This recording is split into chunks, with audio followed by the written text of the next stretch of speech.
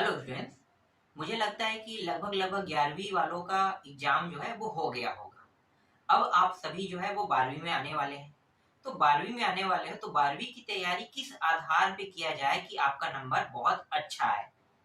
अगर हम अभी से इसकी प्रैक्टिस या तैयारी नहीं करेंगे तो हमें कोई बेनिफिट नहीं मिलेगा। जैसे समर क्लासेस चलता है ना, तो समर क्लासेस में क्या होता है, जो एग्जाम में आने वाले होते हैं वो सारे प्रश्नों को 2 महीने में खत्म कर दिया जाता है। वो सारे टॉपिक जहां जहां से प्रश्न आने वाले हैं और जिन जिन जगहों से प्रश्न आते हैं उनको पूरा बता दिया जाता है। इस वजह से जो समर क्लासेस ज्वाइन करते हैं उन बच्चों का नंबर जो है वार्षिक पेपर में बहुत अच्छा आता है। अब मैं आपको ये समर क्लासेस के बारे में कुछ बताना भी चाहूंगा। फिलहाल हम उस तरह से नहीं देखेंगे समर क्लासेस की तरफ से। हम लोग किस आधार पर देखेंगे, हम उस आधार पर देखेंगे जिस आधार पे क्वेश्चन आते हैं। जैसे कि मान लो मैं अभी गणित सब्जेक्ट का चर्चा कर रहा हूँ, यहाँ पे गणित सब्जेक्ट के ब्लूप्रिंट के बारे में आपको बताऊंगा। तो गणित सब्जेक्ट के ब्लूप्रिंट के हिसाब से हम उन प्रश्नों की तैयारी पहले से करके रखेंगे जो वार्षिक पेपर में आता है।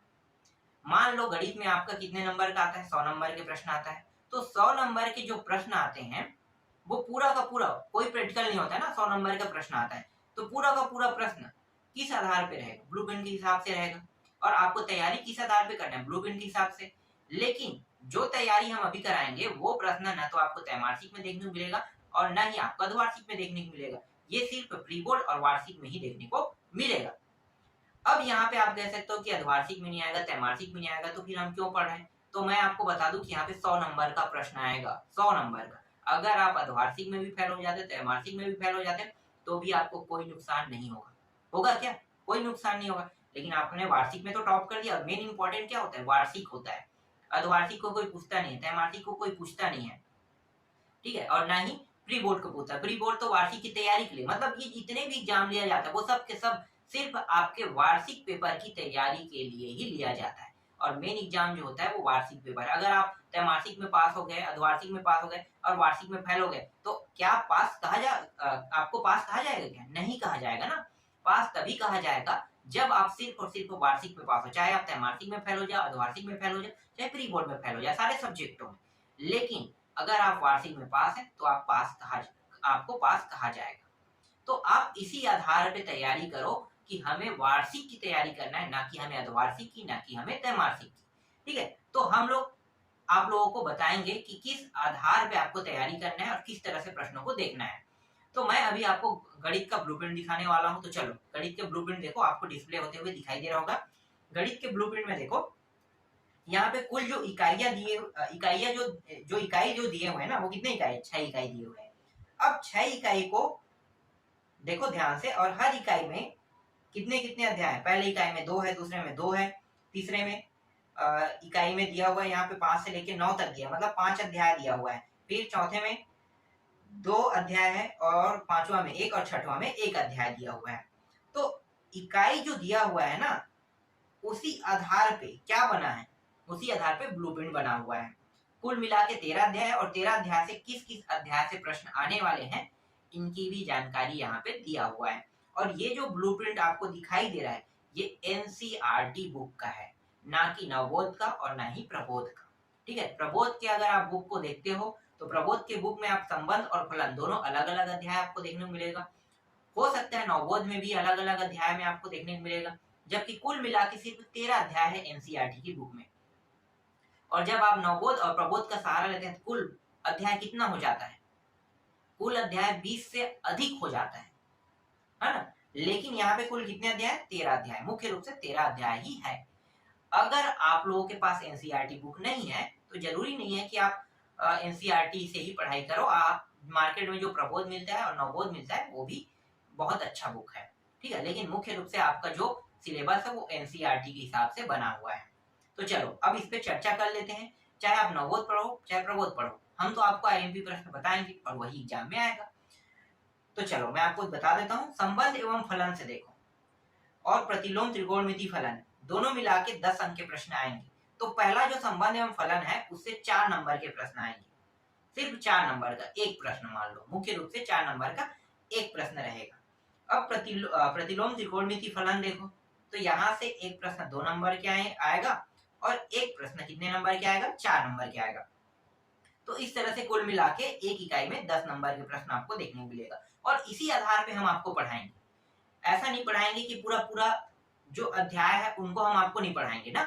हम लोग देखेंगे कि जो एग्जाम में आते हैं प्रश्न जो आएंगे उन्हीं को देखेंगे तो ज्यादा बेटर है, वरना हमारा टाइम वेस्ट होगा, आपका भी टाइम वेस्ट होगा और समय भी आपका जाएगा, हमारा भी समय जाएगा और कुछ हासिल नहीं आएगा।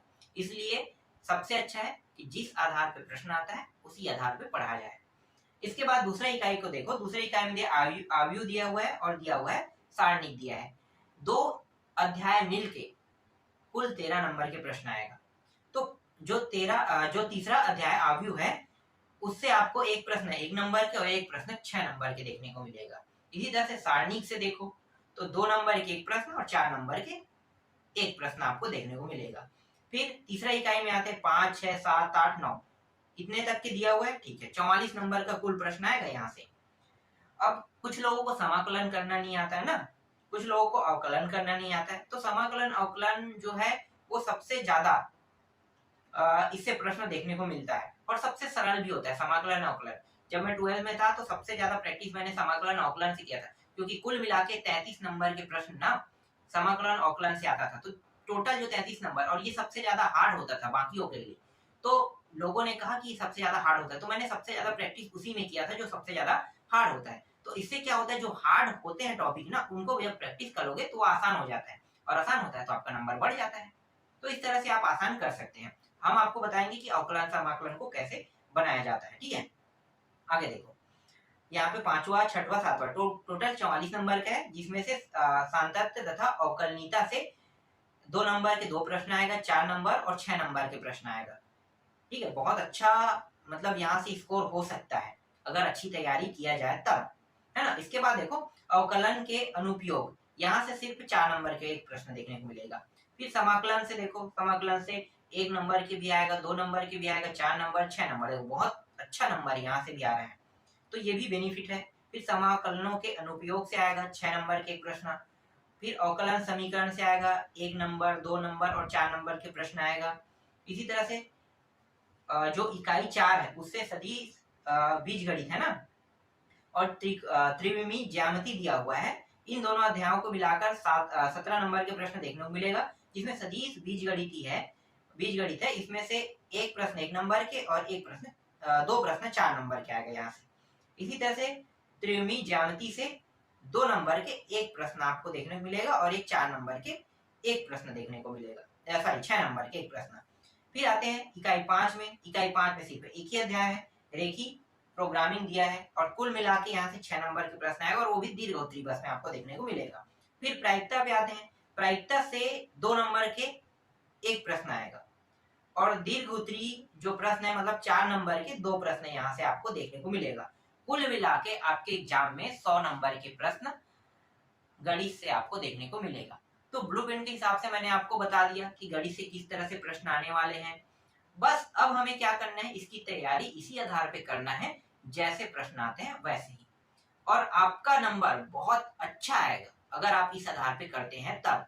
जल्दी हम क्लास स्टार्ट करेंगे, अभी हम सिर्फ ब्लूप्रिंट पे बात कर रहे हैं। ब्लूप्रिंट के बाद हम क्लासों को भी लेंगे कि कौन कौन से प्रश्न हैं, किस किस अध्याय से कैसे प्रश्न आएंगे। पूरा आपको बुक पढ़ने की जरूरत नहीं है, बुक पढ़ोगे तो कोई फायदा नहीं है। हम जो पढ़ाएंगे वही आपको पढ़ना होगा और अच्छा नंबर आपको उसी आधार पे मिल जाएगा। तो इसलिए जो आपको बताया जाएगा, जो आपको पढ़ाया जाएगा वो पूरा बोर्ड एग्जाम के आधार पे पढ़ाया जाएगा और आपको उसी आधार पे पढ़ा के आपको अच्छा नंबर भी दिलाया जाएगा।